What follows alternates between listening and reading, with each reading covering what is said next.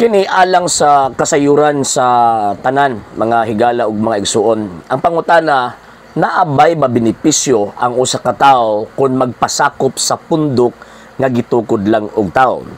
Actually, nganong ato ang maning gihatag kay lagi sa gikainguna daghan kaayong mga pundok na karon nga iyahay lang og angkon, iyahay lang og claim sa tawag ining mga biblical passages nga nakasulat sa balaang kasulatan. Unya ang pinaka grabe pag yun ana kay atakihon pag yun nila kadtong tinuod yun na gitukod sa ato ang Ginoong Hesukristo. Daghan silang mga alibis, daghan silang tawag ining mga gibasihan nga mga baseless nga mga argumento na kung diin aron ingnon lang nga ang iglesyang gitukod ni Kristo nga mong simbahang Katoliko dili na mao ang iglesyang gitukod sa ato ang Ginoong Hesukristo.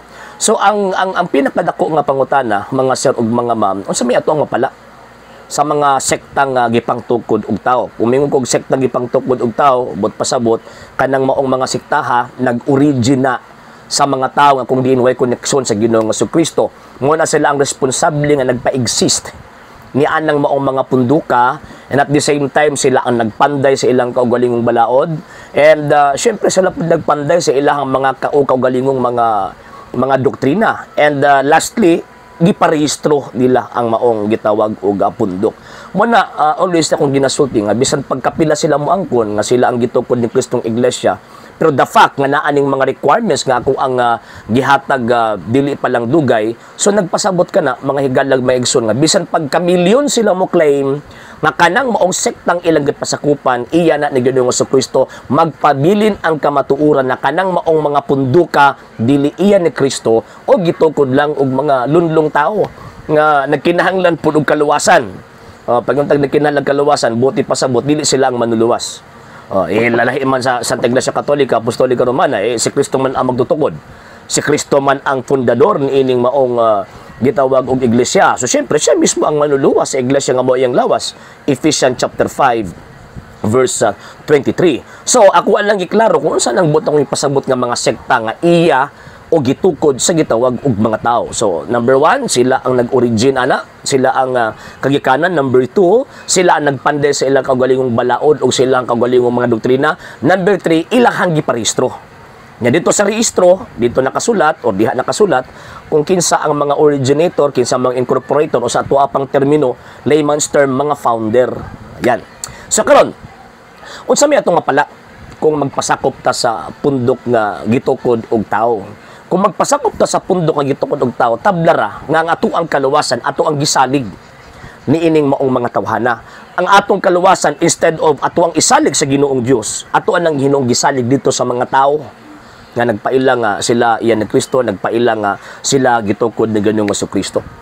And Jeremias kapitulo 17 bersikulo 5, tinaw na tinunglo ang mga tao nga magsalig rapod sa kusog sa gitawag og tao. So kung magpasakop ka sa pundok nga gitukod og tao, biblically speaking, tinunglo ka.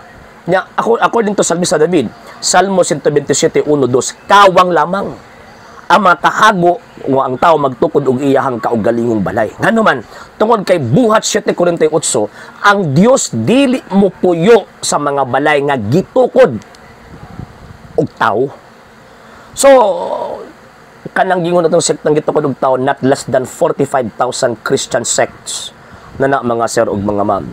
So kung naa ka dinha, naa ka anang maong sektaha nya, mailhaman nimo na kay ang ilang mga pagsimba created by the Americans. Ang ilahang even ang ilang mga vestments, even ang ilahang actually dili man na altar, murag stage nila. Walay connection dito sa mga biblical altars and biblical vestments.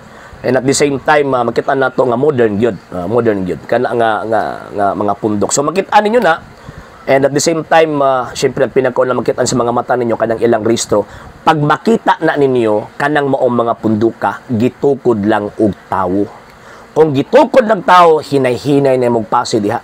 Nga naman kay again, masuko ang Diyos kung ang atuang kaluwasan atong isalig lamang sa tao. Masuko ang Diyos kung dito ta magpasakop sa sektang gitukod lamang og tao. Pangitao na to ang gitukod sa Diyos. Umingon sila nga dili na mong isang Iglesia Katolika, Apostolika Romana, din mag-provide sila ng evidence. nga kanang ilang sekta, kanang ilang pundok iyan ni Kristo. Pero as far as the facts is concerned, history, and at the same time kining mga archaeological tawag anang evidence, ang simbahan Katolika gitukod ni Kristong iglesia. So kung gawas ka niya na, siyempre wala kay Kristo. Kung wala kay Kristo, wala kay kalawasan. Di ba? So again, balik ko na ko, kini nga itong mga higala nga mga dili Katoliko, pag hinahinay na mugtuki, pag makita ang ninyo, pag sulod ninyo sa inyo ang simbahan, makita ang ninyo ng nairehistro, pag sugod na og kanang hatag og question mark sa imong nahuna nga kining punduka dili iyan ni Kristo kay rehistrado ni. Kung rehistrado ni naay mang responsabling tao nga nagparehistro ini og kabalota, sayod ta dili si Ginoong Jesucristo. Okay? Sa hindi pa po nakapag-follow sa mga pages po natin, i-follow nyo po yung mga pages po natin, RJ Horolanciano II, TV Apolia Punto Argumento page, Kuya Apologist TV page, and RJ's Vlog 2022. And pwede rin po kayo mag-send po dyan ng Facebook stars. And also, sa ating po mga channels, sa hindi po nakapag-subscribe, i-subscribe po ninyo yung mga channels natin, The Lay Catholic, Apologist International Official, RJ Santo II TV, Kuya Apologist TV, and Barrio Kawayan Religious Forum. And pwede rin po kayo mag-send po dyan ng super sticker, super chats, and super thanks. And maraming salamat po sa mga kapatid at mga Katoliko na ulis pong tumutulong sa programa po natin. Maraming salamat po. Nang dahil po sa tulong at suporta po ninyo, ang programa po ito, until now, andito pa rin po sa social media. And until now din po, nangangailangan pa rin po tayo sa tulong at suporta po ninyo dahil wala po kami magagawa rito mga sir, mga ma'am, kung wala po yung tulong at suporta po ninyo. Sa gusto pong tumulong, sa gusto pong sumuporta, pwede po ninyong ipadala ang tulong at suporta po ninyo sa pamamagitan po ng ating mga account numbers dyan po sa ating pong screen. And pwede nyo po kaming i-message sa ating pong page kung via remittance po yung papadala po ninyo. Maraming salamat po in advance.